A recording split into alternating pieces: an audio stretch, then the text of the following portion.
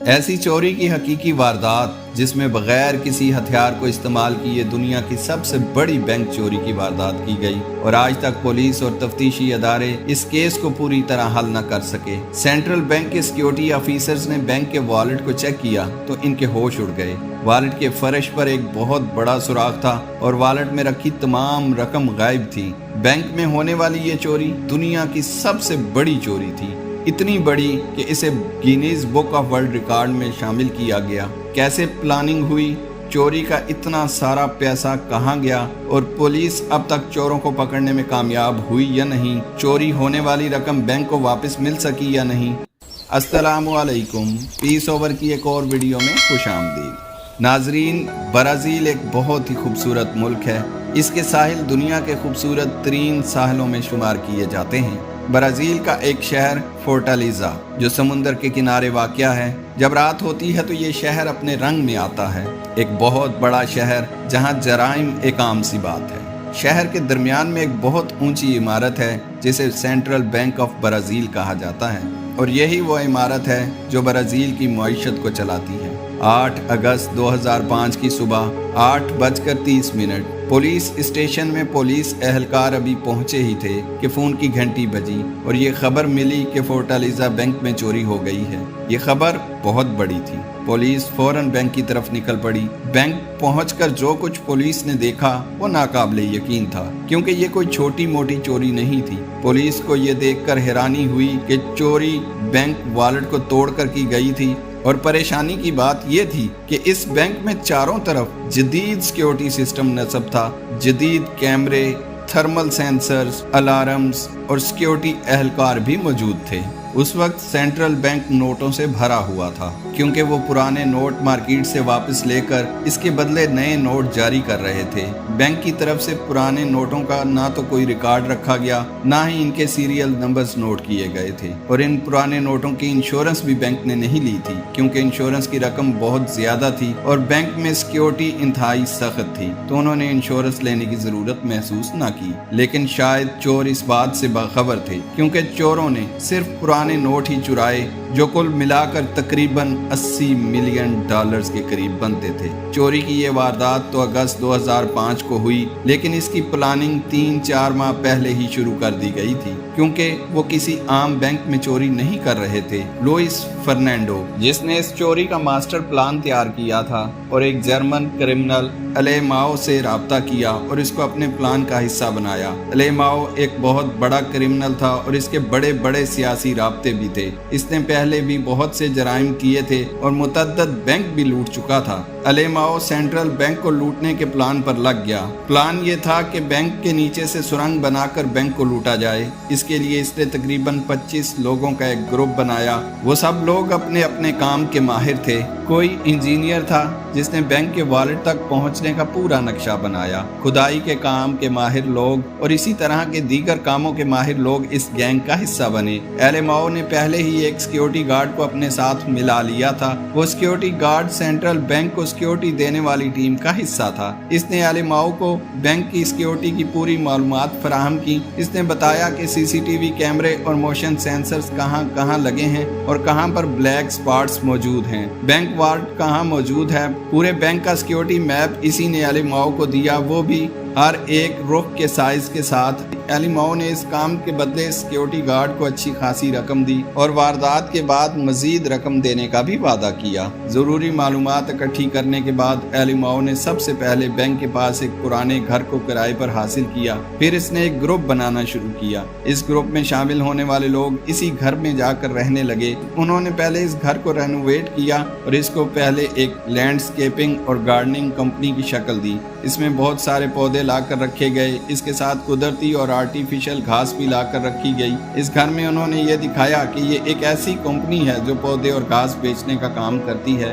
آس پڑوس اور دور دور سے بھی لوگ وہاں پودے وغیرہ خریدنے آنے لگے۔ انہوں نے ایک گاڑی بھی خریدی اور آس پاس پوسٹرز وغیرہ بھی لگائے۔ انہوں نے کمپنی کی خوب مشہوری کی اور انہوں نے باقاعدہ کمپنی کی یونیفارم بھی بنائی، اور یہ پورا گینگ اسی یونیفارم میں ہی رہتا تھا۔ یہ دکھاوا ان چوروں نے کیوں کیا؟ کیونکہ جو بینک لوٹنے کا نایاب طریقہ انہوں نے چنا تھا इस वजह से इन्हें दिखावा करने की जरूरत थी। उन्होंने जो घर किराए पर लिया वो बैंक से तकरीबन सिर्फ 80 मीटर के फासले पर था और उन्होंने अपने घर में जमीन के अंदर 30 फुट नीचे एक सुरंग खोदना शुरू कर दी थी। वो इस सुरंग के जरिए बैंक तक पहुंचना चाहते थे।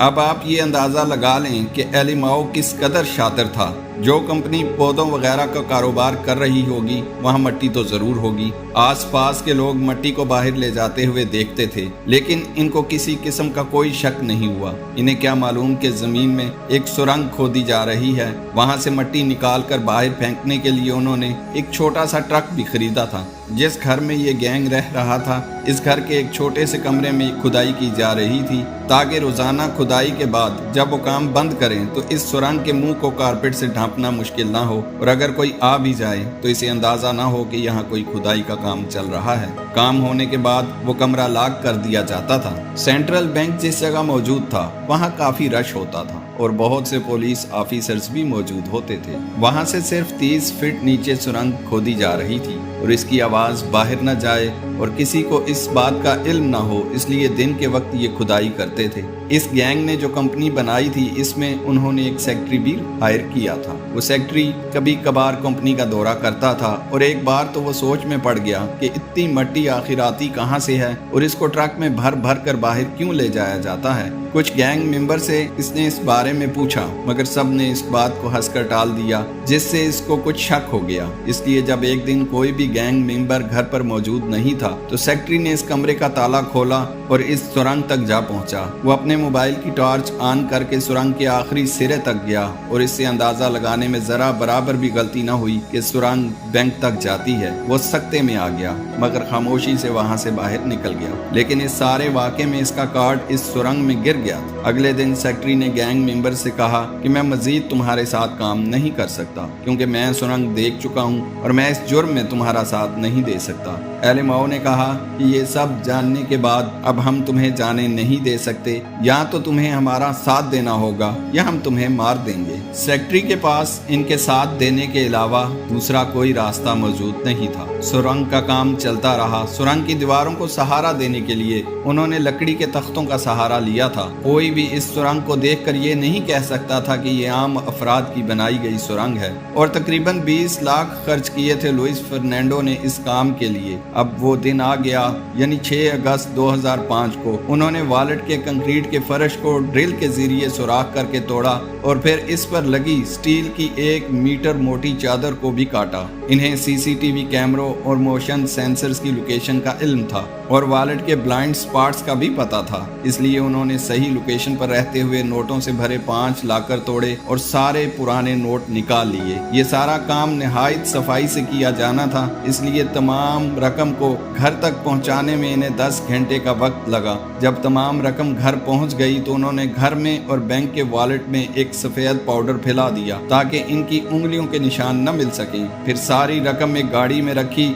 और वहां से निकल गए। तमाम गैंग मेंबर्स ने पैसे आपस में बांटे और अलहदा इलाकों में जाकर रूपोश हो गए। रकम की तकसीम के दौरान जब एक गैंग मेंबर ने पैसे कम मिलने पर शोर डाला तो एलिबाओ ने इसे गोली मार दी और बाकी तमाम मेंबर्स को खबरदार किया कि कुछ अरसे तक तमाम लोग चुपचाप रूपोश रहें और इस लूटे हुए पैसे को बिल्कुल खर्च करने की कोशिश न करें ताकि पुलिस इन तक न पहुंच सके। पीर को जब बैंक खुला और सिक्योरिटी इंचार्ज ने बैंक लाकर चेक किया तो इसके इल्म में आया कि बैंक वॉलेट टूट चुका है और तमाम रकम गायब है, मगर अब बहुत देर हो चुकी थी। पुलिस को इत्तला की गई। पुलिस को शवाहिद इकट्ठे करने के दौरान सेक्रेटरी का कार्ड मिला जो सुरंग में गिर गया था, मगर पुलिस ने सेक्रेटरी को गिरफ्तार नहीं किया। इससे चोरों को खबर मिल जाती और वो चौकन्ना हो जाते। पुलिस ने एक ऑपरेशन शुरू किया जिसका नाम मोल फैक्शन रखा गया। पुलिस पहले तमाम चोरों के छुपने की जगह का पता लगाकर तमाम चोरों को एक साथ गिरफ्तार करना चाहती थी। इस गैंग ने अपनी उंगलियों के निशान मिटाने की बहुत कोशिश की थी, मगर इसके बावजूद कुछ निशान पुलिस को मिल गए थे। लुइस फर्नांडो को किसी और गैंग ने अगवा कर लिया और तावान की रकम लेने के बाद भी इसको कत्ल कर दिया। एलिमाओ एक मंझा हुआ जराइम पेशा फर्द था। इसके पुलिस में भी ताल्लुकात थे। इसने पुलिस इन्वेस्टिगेटर्स को गुमराह करने के लिए $2.3 मिलियन को मुख्तलिफ गाड़ियों में रखा और एक गाड़ियों के डिलीवरी ट्रक पर रख कर इस ट्रक को साउथ पोलो ब्राजील की तरफ रवाना रवाना किया। पुलिस ने इस ट्रक को पकड़ लिया और इस शक में आ गए कि तमाम गैंग मेंबर साओ पोलो में कहीं छुपे हुए हैं, लेकिन पुलिस ने अपनी तफ्तीश का दायरा कम नहीं किया। पुलिस ने सेक्रेटरी के फोन को टेप किया, जिससे पुलिस को ये मालूम हुआ कि गैंग मेंबर्स मुलाकात के लिए इकट्ठे होने वाले हैं। पुलिस मुलाकात वाले दिन मुलाकात वाली जगह पर अपना भेस बदल कर आसपास फैल गई। कोई सड़कों पर झाड़ू देने लगा, कोई जॉगिंग करने लगा, कोई वालिदैन के रूप में सड़क पर चहलकदमी करने लगा एक बच्चे के साथ। एक पुलिस वाला इलाके पर नजर रखने के लिए बिजली के खंबे पर चढ़ गया, इलेक्ट्रीशियन बनकर। आहिस्ता आहिस्ता एक एक करके मेंबर्स वहां आने लगे। पुलिस ने तकरीबन 20 मिनट तक इंतजार किया ताकि अगर कोई गैंग मेंबर देर से भी आए तो वहां पहुंच सके। 20 मिनट बाद पुलिस ने इन पर हमला कर दिया और वहां मौजूद तमाम मेंबर्स को गिरफ्तार कर लिया। पुलिस ने इस सिक्योरिटी गार्ड को भी गिरफ्तार कर लिया जिसने एलिमाओ को बैंक का सिक्योरिटी नक्शा फराहम किया था। पुलिस को पहले ही शक था कि किसी अंदर के आदमी ने इस गैंग को तमाम तर मालूमात फराहम की होंगी, लेकिन जब सिक्योरिटी गार्ड ने चोरी के बाद अचानक नौकरी छोड़ दी और साथ ही इसके बैंक अकाउंट में 2 मिलियन ब्राजीलियन डॉलर ट्रांसफर हुए तो पुलिस को यकीन हो गया कि यही गार्ड है जिसने ये सब काम किया। पुलिस ने जिन गैंग मेंबर्स को पकड़ा था इनमें एलिमाओ नहीं था। एलिमाओ को पकड़ने में पुलिस को 3 साल का अरसा लगा। पुलिस ने 2008 में इसे गिरफ्तार कर लिया। आज तक 164 मिलियन ब्राजीलियन डॉलर्स में से सिर्फ 40 मिलियन ब्राजीलियन डॉलर ही मिल सके। नाजरीन, अगर गौर किया जाए तो ये केस पूरी तरह से अभी तक हल नहीं हो सका। बहुत से सवालात के जवाब अभी भी बाकी हैं, जैसा कि चोरी के वक्त अलार्म्स को बंद किसने किया, इस चोरी में कुल कितने अफराद मुलविस थे, चोरों को ये कैसे पता लगा कि पुराने नोटों का रिकॉर्ड नहीं रखा जा रहा और ना ही इनके सीरियल्स नंबर नोट किए जा रहे हैं, और बाकी रकम कहाँ गई। अभी तक इस केस की इन्वेस्टिगेशन जारी है। उम्मीद है आपको आज की वीडियो पसंद आई होगी। लाइक, शेयर और सब्सक्राइब जरूर करें। शुक्रिया।